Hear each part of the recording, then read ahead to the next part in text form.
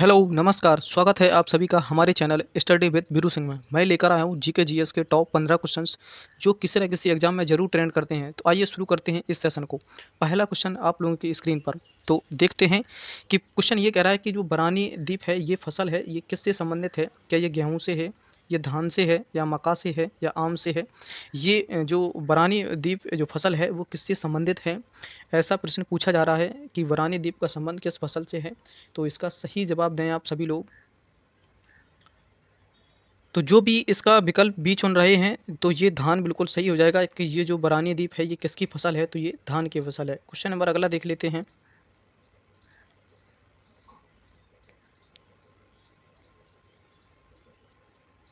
Question number अगला कह रहा है कि निम्नलिखित राजाओं में से कौन जैन धर्म का संरक्षक था। ऐसा प्रश्न पूछा गया है कि जैन धर्म का संरक्षक कौन था। क्या वो अशोक थे, खारवेल थे, बृहद्रथ थे, या हर्षवर्धन थे, है ना। जैन धर्म का संरक्षक था तो ये अशोक थे। ये मौर्य वंश के थे, है ना, मौर्य वंश के शासक थे।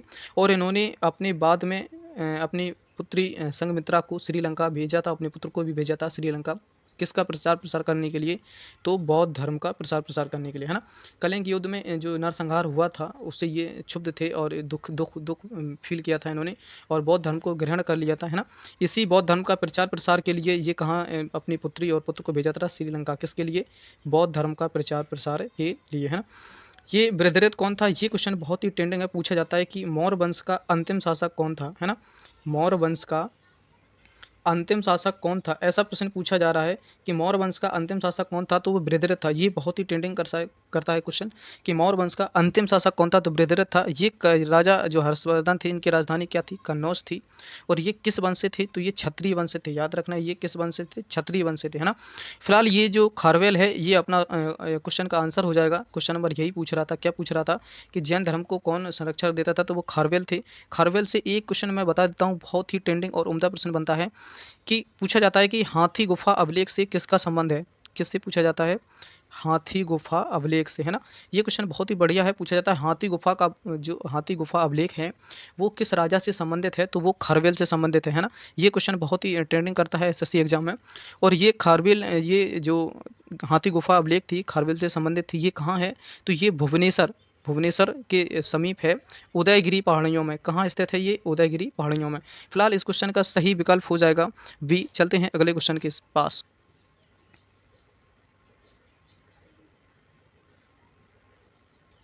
क्वेश्चन नंबर 3 आप सभी लोगों की स्क्रीन पर। क्वेश्चन नंबर ये कह रहा है कि 1878 का जो वर्नाकुलम पेस एक्ट था किसके द्वारा रद्द किया गया, है ना। ये रद्द तो किया गया, लेकिन एक क्वेश्चन और बन जाता है कि ये शुरू किसने किया था, तब तो रद्द हुआ होगा ना। तो बता दें कि ये किसने शुरू किया था, इसके बारे में थोड़ी सी कहानी कि ये 1878 में शुरू किया था। किसने शुरू किया था? तब कोई जब शुरू करेंगे तभी तो कोई इसे समाप्त करेगा या रद्द करेगा, है ना। तो ये क्वेश्चन भी बन सकता है कि जो वर्नाकुलम प्रेस एक्ट था ये किसने शुरू किया था, तो वो थे लॉर्ड लेटन, है ना। ये लॉर्ड रिटन थे, है ना, इन्होंने ही शुरू किया था इसको। और इसको समाप्त किसने किया था, इसको रद्द किसने कर दिया था, तो लॉर्ड रिपन ने, जो लॉर्ड रिपन थे इन्होंने समाप्त कर दिया था, है ना। तो फिलहाल इसका सही विकल्प हो जाएगा लॉर्ड रिपन। और इससे लॉर्ड रिपन से जुड़े कुछ मैं तथ्य बता देता हूँ। पहला क्वेश्चन यही पूछा जाता है कि स्थानीय सुशासन का जनक, है ना, स्थानीय सुशासन का जनक किसे माना जाता है, तो लॉर्ड रिपन को माना जाता है ना। इन्हीं के समय में 1881 में जनगणना हुई थी, है ना। बता सकते हैं 1881 में जनगणना हुई थी। पहली जनगणना कब हुई थी, तो 1872 में हुई थी। किन के समय? लॉर्ड मियो के समय हुई थी। क्वेश्चन नंबर अगला देख लेते हैं। फिलहाल इसका सही विकल्प हो जाएगा लॉर्ड रिपन, है ना। क्वेश्चन नंबर अगला देख लेते हैं। Question number 4। क्वेश्चन नंबर कह रहा है कि राष्ट्रीय विज्ञान दिवस कब मनाया जाता है ना। राष्ट्रीय विज्ञान दिवस कब मनाया जाता है? क्या 28 फरवरी को मनाया जाता है, या 12 जनवरी को, या 23 जून को, या 4 मई को, है ना। 12 जनवरी को क्या मनाया जाता है, आप सभी लोग बताएं। क्या युवा दिवस मनाया जाता है 12 जनवरी को? अगर ये सही है तो आप कमेंट करें। तो राष्ट्रीय विज्ञान दिवस कब मनाया जाता है? 12 जनवरी को मनाया जाता है ना। तो ये इसका सही विकल्प हो जाएगा ए 12। जो 28 फरवरी है उसी को हम राष्ट्रीय विज्ञान दिवस मनाते हैं, है ना। 12 जनवरी को युवा दिवस मनाते हैं। क्वेश्चन नंबर अगला देख लेते हैं। फिलहाल इसका सही विकल्प हो जाएगा 28 फरवरी विज्ञान दिवस। क्वेश्चन नंबर अगला देख लेते हैं। क्वेश्चन नंबर 5 है, कह रहा है कि रेगुलेटिंग एक्ट कब पारित किया गया? क्या ये 73 में, या 72 में, या 75 में, या 76 में? बहुत ही उम्दा और ट्रेंडिंग क्वेश्चन है कि रेगुलेटिंग एक्ट कब पारित किया गया। तो ये 1773 में पारित किया गया था रेगुलेटिंग एक्ट। क्वेश्चन नंबर अगला देख लेते हैं। क्वेश्चन नंबर 6 है, पूछ रहा है कि 16 महाजनपदों की सूची है वो कहाँ से मिलती है ना? क्या वो त्रिपिटक से मिलती है या अंगुत्तर निकाय से मिलती है या संयुक्त निकाय से या दीपवंश से, है ना? ये त्रिपिटक क्या है? ये बौद्धों का प्रसिद्ध ग्रंथ है ना? जिसमें जातक कथाओं का वर्णन है ना? और ये त्रिपिटक ये भी पूछा गया है, बहुत ही उम्दा प्रश्न पूछा गया कि ये त्रिपिटक क्या है? तो ये बौद्ध धर्म से संबंधित है ना? तो ये क्वेश्चन नंबर अपना पूछ रहा था 16 महाजनपद का संबंध किससे है? तो ये अंगुत्तर निकाय से है। इसमें अंगुत्तर निकाय में 16 महाजनपदों का वर्णन किया गया है। फिलहाल इस क्वेश्चन का सही विकल्प हो जाएगा अंगुत्तर निकाय। क्वेश्चन नंबर अगला देख लेते हैं।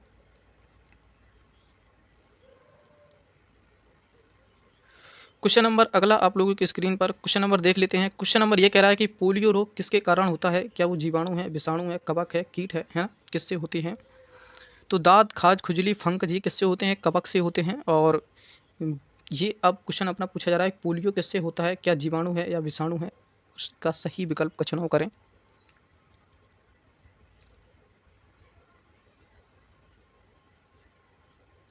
तो ये जो पोलियो जो है ये विषाणु से फैलता है, इसकी खोज किसने की थी? तो इसकी खोज की थी इवान विस्की ने, है ना? इवान विस्की ने, है ना?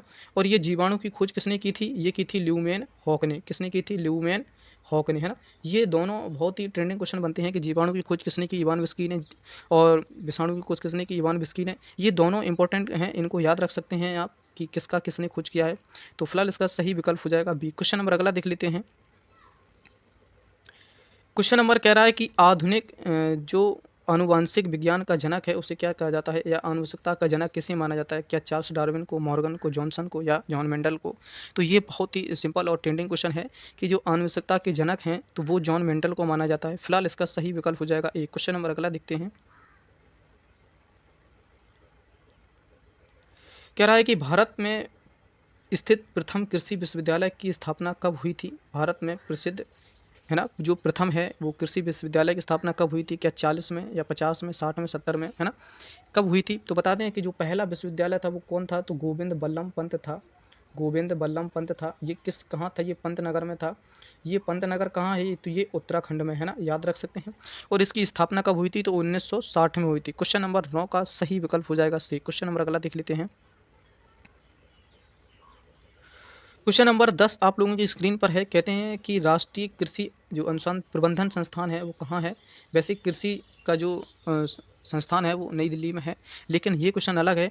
पूछ रहा है राष्ट्रीय कृषि अनुसंधान प्रबंधन संस्थान एकेडमी कहाँ है?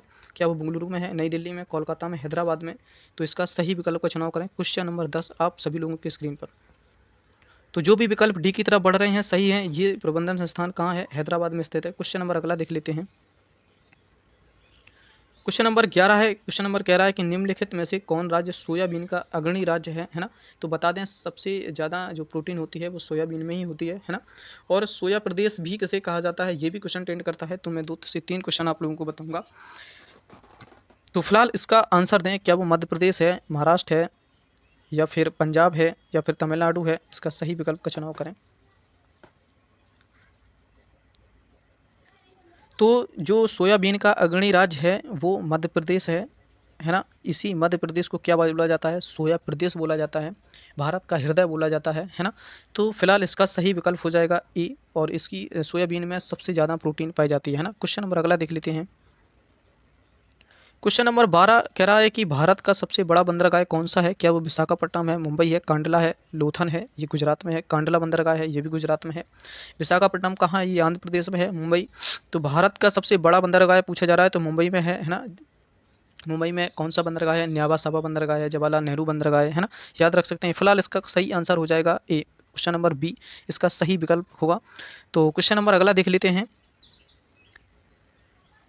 क्वेश्चन नंबर 13 है। कह रहा है बीसीजी का टीका निम्नलिखित में से किस में लगाया जाता है? क्या निमोनिया में, काली खांसी में, टिटनेस में, टीबी में? कब लगाया जाता है? तो आप सभी लोग जानते हैं कि बीसीजी का जो टीका होता है वो टीबी के लिए लगाया जाता है ना? टीबी को हम क्षय रोग भी बोलते हैं, है ना? और ये किस किस लिए लगाया जाता है? ये टीबी के लिए होता है। इसका ये बीसीजी का फुल फॉर्म भी बहुत पूछा जाता है, बेसिक कॉलमेट ग्यूरन, है ना? इसका फुल फॉर्म भी बहुत पूछा जाता है, याद रखना। और ये बीसीजी का टीका किससे संबंधित है? तो टीबी से संबंधित है ना? ये टिटनेस से एक क्वेश्चन पूछा जाता है कि टिटनेस को धनुष टंकार रोग किससे होता है? धनुष टंकार रोग किससे होता है?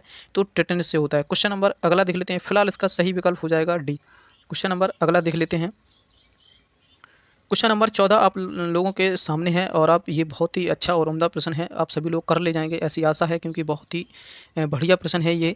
पूछा जा रहा है कि कोनेन की जो दवा है इससे क्या बनता है, मलेरिया के उपचार के लिए काम आती है, या ये कौन सी दवा, ये कोनेन की दवा है। ये यहाँ से 3-4 प्रश्न बन सकते हैं। पहला क्वेश्चन यही पूछा जाता है कि जो मलेरिया के लिए उपयोग की जाती है वो कौन सी दवा है, तो वो कोनेन की दवा है ना, कोनेन है ना।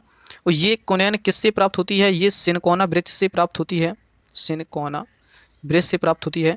और ये सिनकोना के जो वृक्ष है उससे किस भाग से प्राप्त होती है, ये क्वेश्चन पूछा गया, क्या छाल से, पुष्प से, फल से या जड़ से, है ना। यहाँ से 3 प्रश्न बनते हैं कि मलेरिया के लिए जो सबसे उपयोगी दवा है, बहुत अच्छी दवा है, वो कौन सी है, वो कोनेन दवा है ना। कौन सी दवा है, कोनेन दवा है। और ये कोनेन दवा कहाँ पाई जाती है, तो सिनकोना के वृक्ष से प्राप्त की जाती है। अब ये सिनकोना के वृक्ष से कहाँ से प्राप्त की जाती है, क्या छाल से, पुष्प से, फल से या फिर जड़ से। तो जो भी विकल्प ए सही लगा रहे हैं वो सही है कि जो ये दवा है वो छाल से प्राप्त की जाती है, किसके, सिनकोना वृक्ष के, है ना। क्वेश्चन नंबर अगला देख लेते हैं, और इस सेशन का लास्ट प्रश्न है ये, है ना। इस सेशन का लास्ट प्रश्न है, जो भी साथी नए हैं चैनल को सब्सक्राइब कर लें। यहाँ लाइक और शेयर सब्सक्राइब की बात नहीं होती है, बात होती है मुद्दे की, है ना। तो जो भी नए साथी हैं सब्सक्राइब कर लें और बेल आइकन को प्रेस करें। फिलहाल क्वेश्चन देखते हैं 15। क्वेश्चन नंबर ये कह रहा है कि निम्नलिखित में से